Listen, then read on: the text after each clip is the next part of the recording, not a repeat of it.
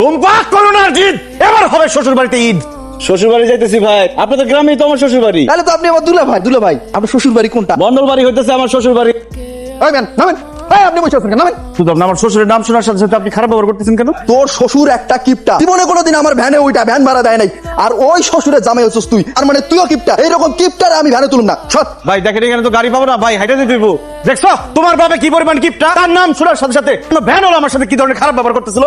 রে কেন যে তুমি এরকম কিপটার ঘরে জন্ম নিতে গেলা? হ্যাঁ চুপ করো তো, তুমি তো জানোই আমার বাপে কিপটা, তা আমগো বাড়ি যাইতেছো কে? যাইতেছি কারণ আমি সিদ্ধান্ত নিছি এবার ঈদ করবো শ্বশুর বাড়ি। এসব তুমি কি করতেছো? আরে বাবা তুমি কি ভুইলা গেছো আমরা দুইজন পালাই গিয়া বিয়া করছি, তুমি যে আমগো বাড়িতে যাইতেছো এটাই তো বেশি। এখন যদি সে শোনে তুমি ওখানে যাই ঈদ করবা, তাহলে তোমার লাঠি দিয়া পিটায় বাড়িতে বাইর কর। তোমার আব্বা আমার লাঠি দিয়ে পিঠে বাড়ি থেকে বাইর করলে আমার শাশুড়ি তার ঝাড়ু দিয়ে পিঠে বাড়ি থেকে বাইর করবো, কারণ আমার শ্বশুর আমার জামাই হিসেবে মাইনা না দিতে, কিন্তু আমার শাশুড়ি ঠিকই জামাই হিসেবে মাইনা নিচ্ছে। দেখো ইয়ার পরে আমগো প্রথম ঈদ, এখন ঈদের মধ্যে ঝামেলা করার কোনো দরকার নাই, তাহলে জামাই শ্বশুরের ঝগড়া ঈদটাই আমার মাটি হয়ে যায়। তোমার বাবা যদি আমার সাথে একটা উল্টাপাল্টা কথা বলে আমি কিন্তু তোমাদের বাড়িতে ফুল কালাম বাঁধাই দিব। এই খবরদার, তুমি আমাদের বাড়িতে যাইতে পারবে না। ধূমপান করো না জিদ, এবার হবে শ্বশুর বাড়িতে ঈদ। আম্মা ও আম্মা, মনে হইতেছে বাড়িতে দারোয়ান রাখতে হইব। ফাউল ফাউল লোকজন বাড়িতে ঢুকতে মারে, ঢুকলে খাদায় লাথি দিয়ে বার করে দেয়। টুম্পা আর সামনের এই লম্বটারে তুমি বলে দাও আমি ভুইয়া বাড়ির পোলা, দাঁড়ান আবার লাথি দিয়ে বাইর করেন। আব্বা বলে সালাম দিয়ে ঘরে ঢুকায়। চুপ করো তো তুমি।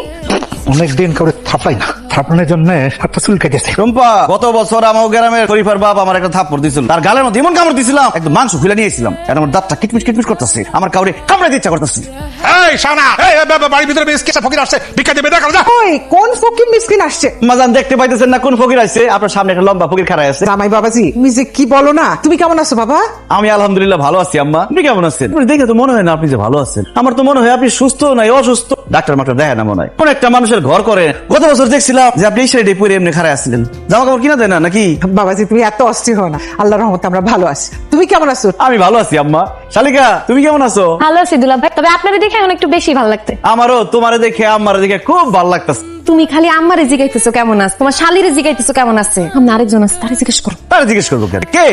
দুলা ভাই আমার আব্বা, আপনার শ্বশুর। সে আমার সাদার শ্বশুর, সে জীবনে আমার কোনোদিন খোঁজ খবর নিছে, আমি তার খোঁজ খবর নিমু? জীবনে আমার কোনোদিন জামাই হিসেবে মানে না, আমি ওনার শ্বশুর হিসেবে মানি। শ্বশুর হিসেবে আমার বাড়িতে আসছে কেন? বের কর, বের কর, বের কর।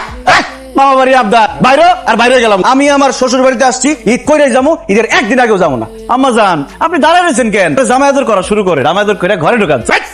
অসম্ভব, তুই আমার বাড়িতে থাকতে পারবি না। বাইরে আপনি একদম বাড়াবাড়ি করবেন না। সানির সাথে যদি বাড়াবাড়ি করেন আমি আপনার সাইডে কথা বলবো। ওই বাড়িতে থাকবে, কোরবানির ঈদ পর্যন্ত থাকবে, রোজার ঈদ তো থাকবে। এ যদি এই বাড়িতে থাকে তাহলে আমি এই বাড়ি ছেড়ে এক্ষুনি চলে যাবো। কোনো সমস্যা নাই, আপনি যান, কিন্তু ওরা থাকবে। আম্মা জান চলেন। আমার বাড়ি এটা, আমি যাবো কেন? গেলে ও যাবে। আমি আজকে ঈদ না করে এখান থেকে যাবো, আমার আসেন।